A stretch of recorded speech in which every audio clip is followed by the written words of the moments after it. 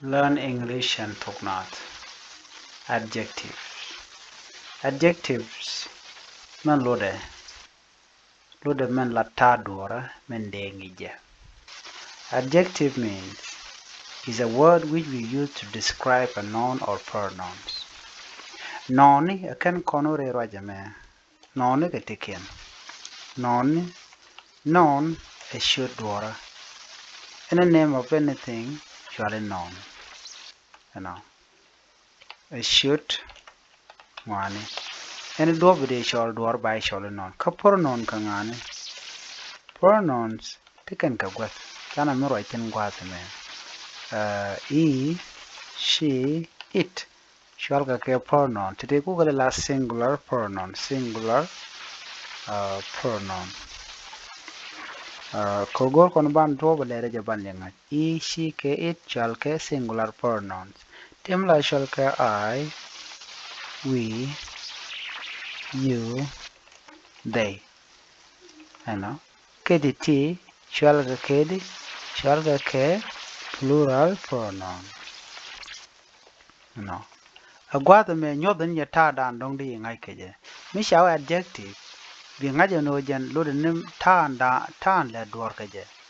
Is a word which we use to describe a noun or pronouns. Kwan we katin kon lat kon ka gwas me ka kui adjective ka.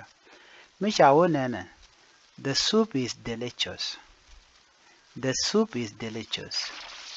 Gwada mengik men gorke adjective. Bi ngaje no man jak no ko ba ngaje ode jen o chum e delicious. Delicious jala ngon jala adjective. Katong na dewe mulak chum. Chum ne me ko lada chum dorka ajen chala de ajala adjective one. Raude. This dress is pretty.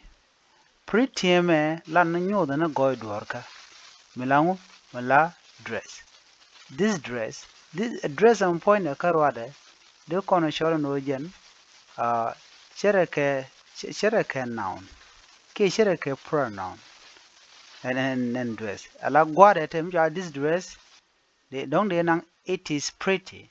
Ala tem che gwa pronoun ga che lele che nang. Ko pronoun kan na gwa nuka kan na gwa noun ka. Eno. Shimishawa this dress is pretty and pretty point de misha lady shala adjective ko la ta go in moka. Lord me gwae. Gwa point de jen shala de jen shal ke adjective one. Banawuniam. The giraffe is tall. Mini la ramandian la adjective gwasame. E tall. Bird worker. Laman ku giraffe lade ki bayangi geje. Don't they take a short giraffe. The giraffe don't they take a short ki don't they take a tall chang. Don't they en giraffe lo no gwech. Gwech bare. Bare point de a jalango a jen shall kamo he adjective. Chan men chol nyok. Chan jaman gore. The giraffe is short. Short gwazame ajalango ajan menchol kone ajan adjective. So bichu goro no jin bija gor. Gwej bare adjective lot me gwaye adjective mulaka me shome shome na mo ajan kwala chole ajan chalke adjective one. Bichu ngaja no an adjective loda neman ki ta ndan te dor kaje. Loda man lat ta dora men de ngi je. De do de ngi ka ta dan cha je describe je. Don't they call her name? The small puppy is playing. Puppy ngwasa mo a noun. The small ki small point jen kwala chol adjective one. Adjective ata dan joy dor kaje ki men ngi kaje ka tok English. Gorno jin bija gorna me ko bidak adjective kan te ko ken bu ko ngach ka bidang non ka kan pronoun bu ka ngach bi ngaje wona na mi cha wonon ene sho dor ka mi cha wonya luak de gor nyalwak